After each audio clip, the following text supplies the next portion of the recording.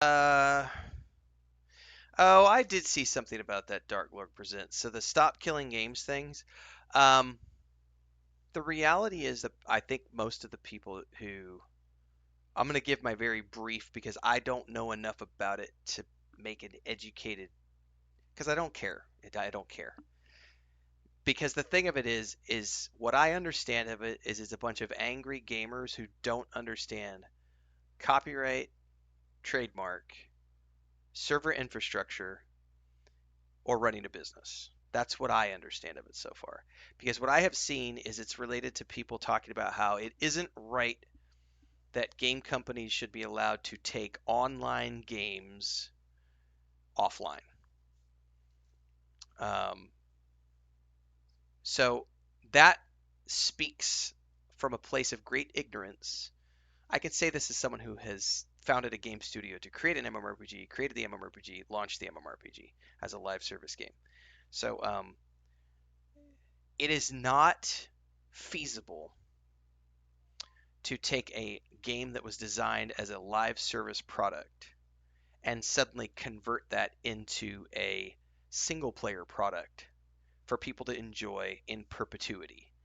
First and foremost, it's for the simple fact that if it's designed as an online game with online servers and online server infrastructure and all of that stuff, it is not, in most cases, it is not possible to simply take that and make it a single player game. It doesn't work like that. That's not how those games are designed.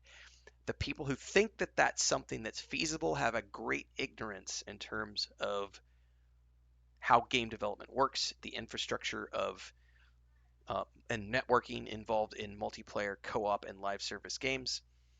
And then there is the in perpetuity aspect of that. And this is where copyright comes into play. So if I own something, I and only I should ever be allowed to benefit from that product in terms of monetary compensation and so on and so forth. Um, there are complex rights issues at play with a lot of projects.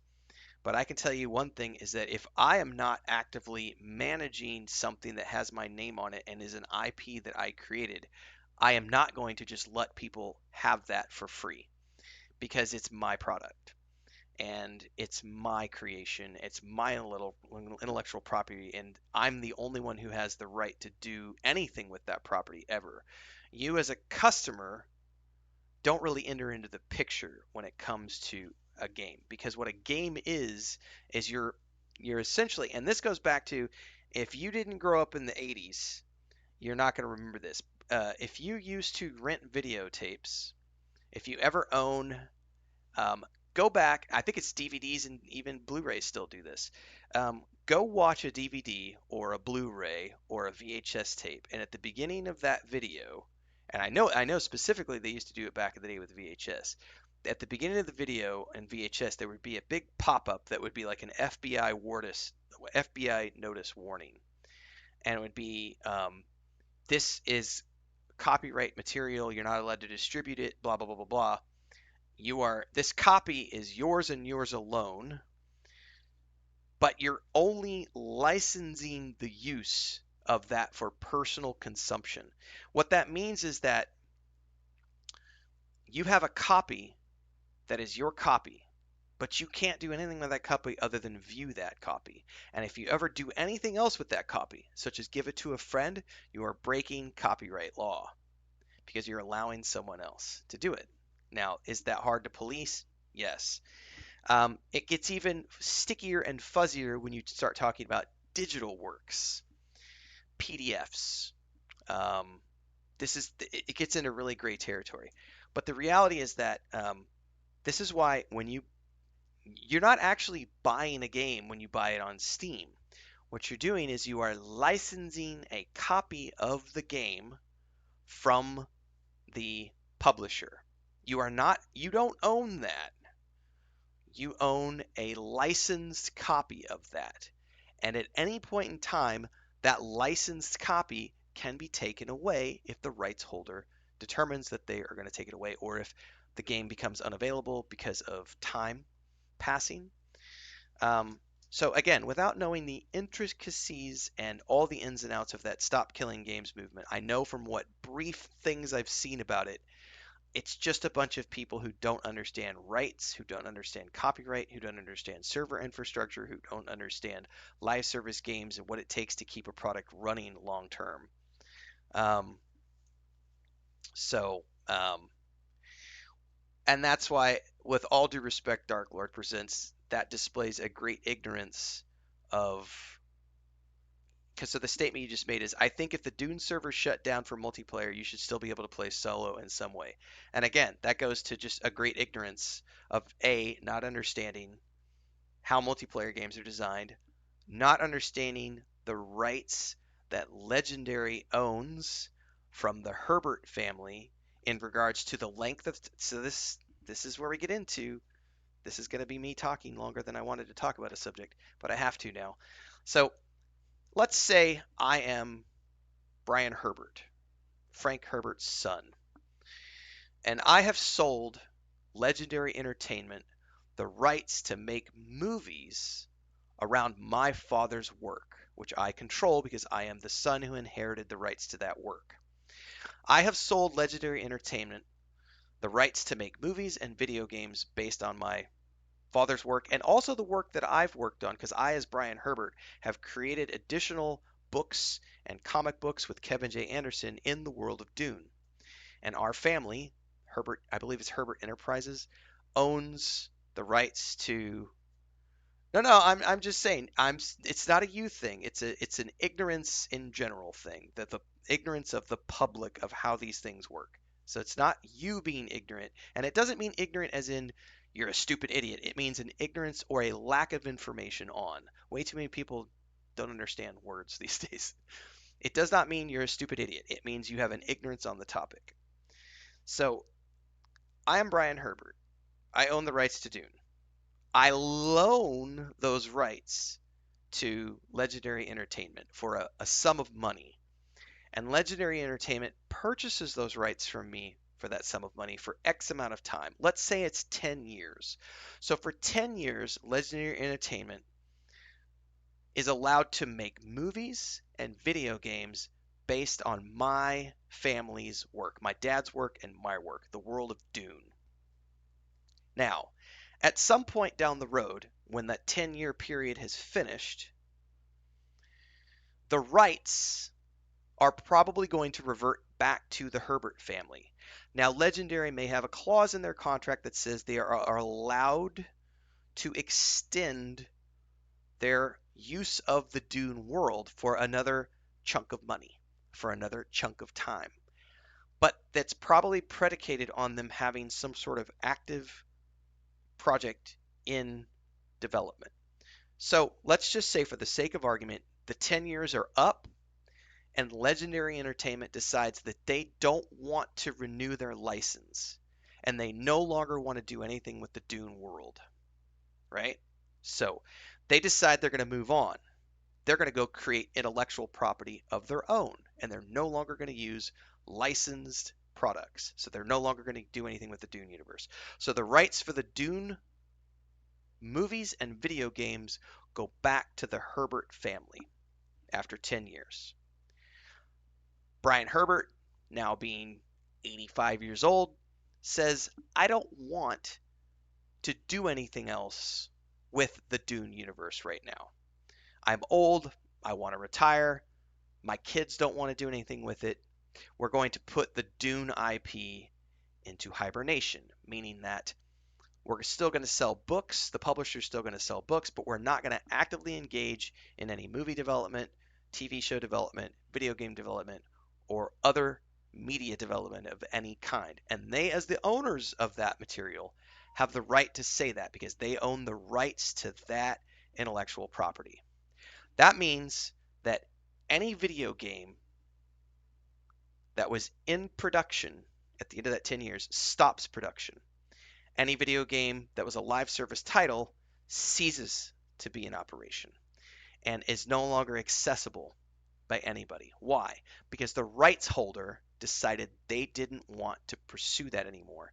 And Legendary, who was the company managing the live service game, decided that they didn't want to license that anymore, and they moved on from video game development. They went into other things. So when I say it shows an ignorance of, this is what I'm speaking on.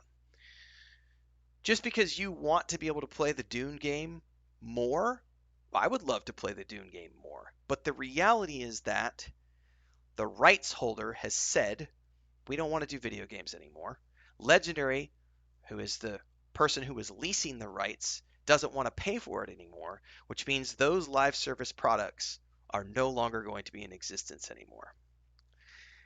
So this is what I mean by it shows an ignorance of rights, copyright, trademark, intellectual property law, and the complexities of running live service games when people make statements to the effect that I want to be able to play a game forever. I bought it, I own it, it's mine, I should be able to do what I want with it forever. That's just not how it works.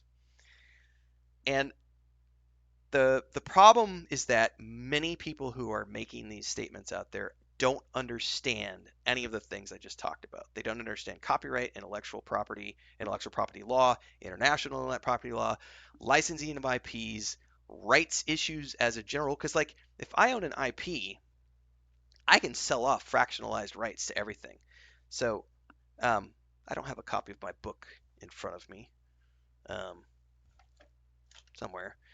Here's Liam's book. I have a copy of Liam's book. Liam wrote a book. Liam owns 100% of the rights to these books.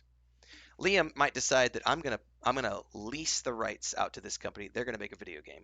I'm gonna lease the rights to this company. They're gonna make comic books. I'm gonna lease the right to this company to make a TV series. I'm gonna lease the rights over here. This company can make lunch boxes. This company can make pillowcases. This company can make pajamas.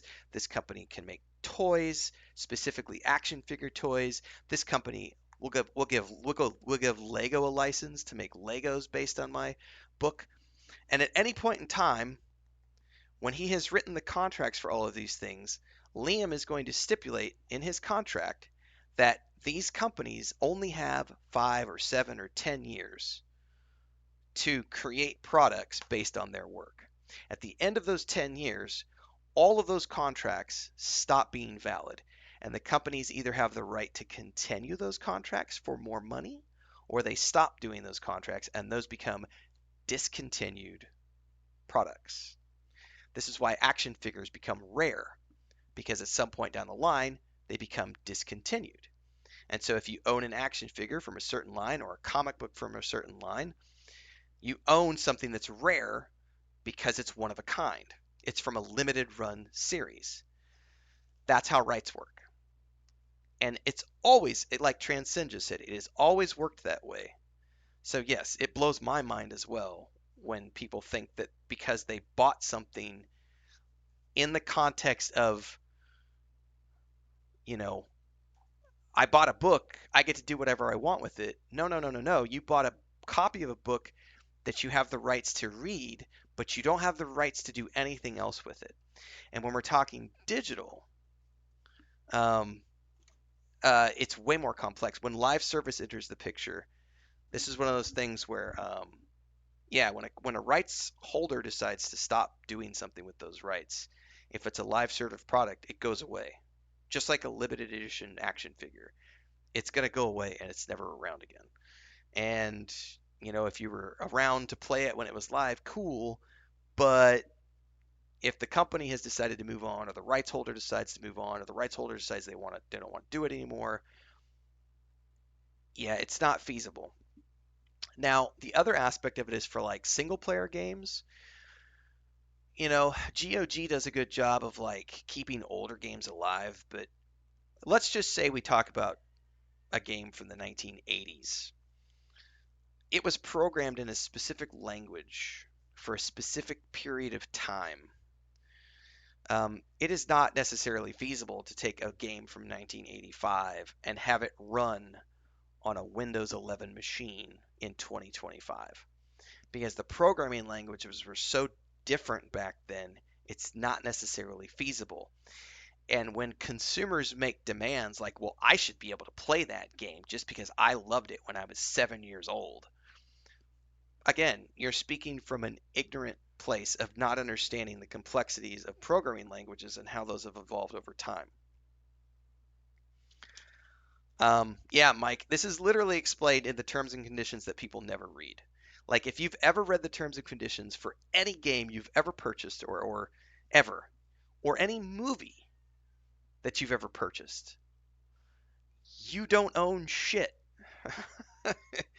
You have a license to use. And it's literally in the terms of service for every single movie you've ever purchased, every video game you've ever purchased, and no one ever reads that stuff. And this is why the vast majority of court cases, when someone gets upset about, you know, I bought a copy of a video game and the company didn't do what I want, I'm going to try to take that company to court. Those court cases get thrown out all the time because it's right there in the terms of service that you agreed to when you made the purchase. Like all of these terms and conditions that no one ever reads. And no, no, no. There's nothing wrong with asking questions, Dark Lord. The stupid thing to do is not ask questions. That is the bad form of ignorance. The bad form of ignorance is not asking questions and not understanding the topics and allowing someone to give you an opinion on it without actually speaking factually about the subject. And unfortunately, from what I understand of the Stop Killing Games movement thing, there's a lot of opinions out there about it, but there's nobody actually talking about the facts. I don't, like I said, I haven't paid attention to the movement because I have way too many other things that are far more important in my life. But because I am a published author and I have published video games and I have sold the rights to my work in different formats, I actually understand the complexities of all of this because I've done it. So like one of my book series, The Saga of Leucemia, was at one point being created as an MMORPG, but there was also like 50 different sub licenses attached to that. Um, and then with the tabletop game and stuff that my brother and I just published with my wife, we have a whole subset of clauses and rights for different things because these days, and this is also, by the way, this is also why there is so much, there are so many actors strikes and writers strikes going on right now in Hollywood and voice actor strikes as well. Because the rights to things like my likeness, the sound of my voice, these are all things that are very complex and right now are at the root of all of the strikes that are taking place in Hollywood because the big movie studios want to be able to use my likeness and my voice in perpetuity, which means forever, for those who don't know. They want to be able to use likenesses and voices in perpetuity without ever paying the actors for their likeness or the sound of their voice. And actors are standing up to that saying, fuck you. The other side of that is AI. So the big Hollywood studios want to be able to use AI to produce scripts and to produce dialogue for video games and to produce art for video games and to produce et cetera, et cetera, et cetera. These are all very complex things. And the core of all of this, is rights. What are the rights of an author? The rights of a voice actor, the rights of an actor, the rights of an artist, the rights of an editor. What are the rights of the people who create these works? What are the rights of the people who put their likeness on something? What are the rights of people who use their voice talent for something? These are complex issues. These are issues that do not get solved in a single day, but evolve over time as technology evolves. We didn't need AI rules 20 years ago because AI didn't exist. We didn't need complex rules to govern the use of my likeness. Although there is a great case, Crispin Glover, who was the dad in Back to the Future 1, is noticeably absent from Back to the Future 2, and he sued the company because they used his likeness in the film. It's a you need to go look up the Crispin Glover case against Back to the Future 2 because they used his likeness without his permission, and it was a nasty court battle. This is way back in the 80s, right? But he went, "Hey, fuck you. I wasn't in your movie and you used my likeness and all this other stuff." Like, no, no, no, no, no, no, no, no, no. Anyway, let's watch this trailer.